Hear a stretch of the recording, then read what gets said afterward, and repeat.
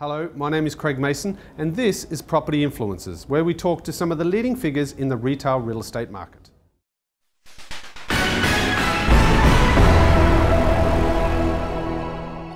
I'm here this morning with Kate Ancketill, who is the CEO of GDR Creative Intelligence, which is one of the leading trend forecasters in the retail sector. Welcome to MAPIC. Thank you. So look, let's just find out a little bit about your company and why you're here at MAPIC. What are your objectives here at MAPIC? Well, we were asked to come and partner with the Moore Pavilion as the trends partner, amongst several others who were focusing on different areas. We're focusing on retail, as in the physical environment and the digital environment, and the innovation in that sector. We look at trends 2 to 5 years forward. So what we're actually covering typically in our research are things which exist now, but which are in little pockets of the future. So it might be some very innovative new concept in Japan or South Korea, and it's popping up all over the place, but it's not really hit the high street yet. So that would be something that we would monitor and analyse as a potential new trend that might be of interest to, the big players who tend to be the kind of clients that we work with. The digital kind of revolution is ongoing, and it tends to be the most exciting thing for a trend forecaster. And if anything, we have to hold back on it because not all of our clients want to be whisked away on the wave of digital innovation because their focus is the physical store. So we resist being a completely digital innovation analyst. Now, you mentioned that some bricks and mortar retailers are wanting to focus more on that side of the business, but there are also a lot of opportunities to innovate around that and also to integrate bricks and mortar retail with digital strategies. What are you finding are some of the successful sort of models in that regard? Well, we are finding a lot of interest in the convergence between physical and digital, and actually it's something we're probably asked to speak about most.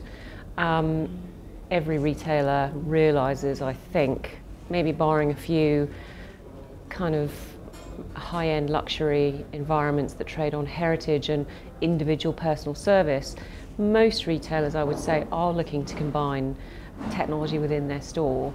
And there's absolutely no question that the future is mobile, in the sense that your mobile device will be your navigator to a retail space in the future, and already is in fact now.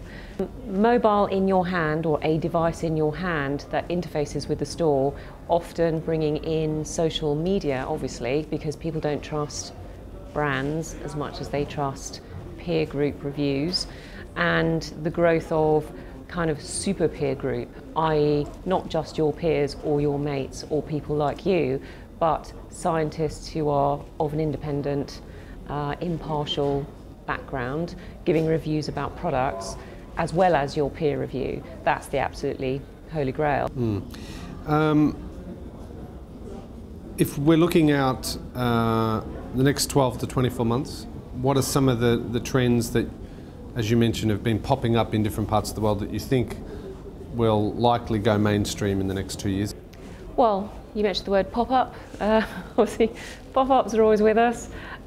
P&G has just done an e-store pop-up, which is using exactly this QR code or barcode purchasing ability with home delivery. So that's popped up now in Prague for P&G, and those are going to pop up all over the place, I suspect. Pop-up is a temporary store that's, be there or be square. You've got to be in there for the 2 weeks or the 2 months that it's present.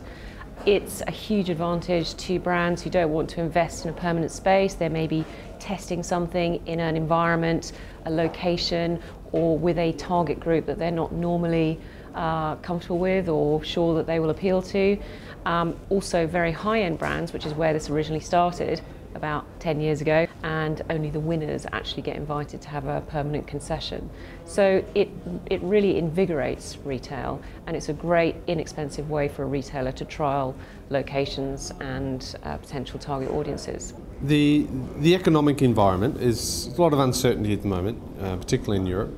Do you think there's that is going to influence the type of strategies that retailers look at in the next sort of 12 to 24 months? Absolutely. There is obviously a massive slowdown, and when that happens, actually when that happened in 2008, we saw a massive slowdown in the uptake of innovation research amongst our clients.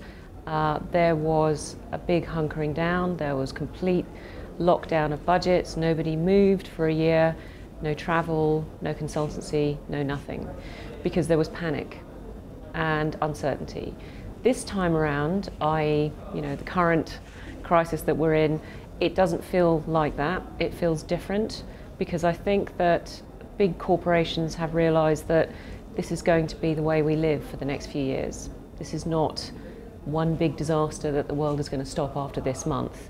They've just got to carry on. Do you find that the companies, particularly retailers, more traditional retailers, are you finding that there needs to be a retooling of their organisation, or bringing in new skill sets to be able to deal with these new strategies? Is that a challenge that retailers are going to have to look at?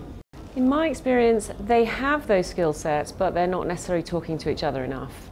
So we often present to, and we cover, as I mentioned, both physical and digital innovation, including all the social media and e-commerce. And we almost always present to the marketing people, or the store design people, and the brand people, consumer insight people, which is great, that's fine, and they need our kind of content.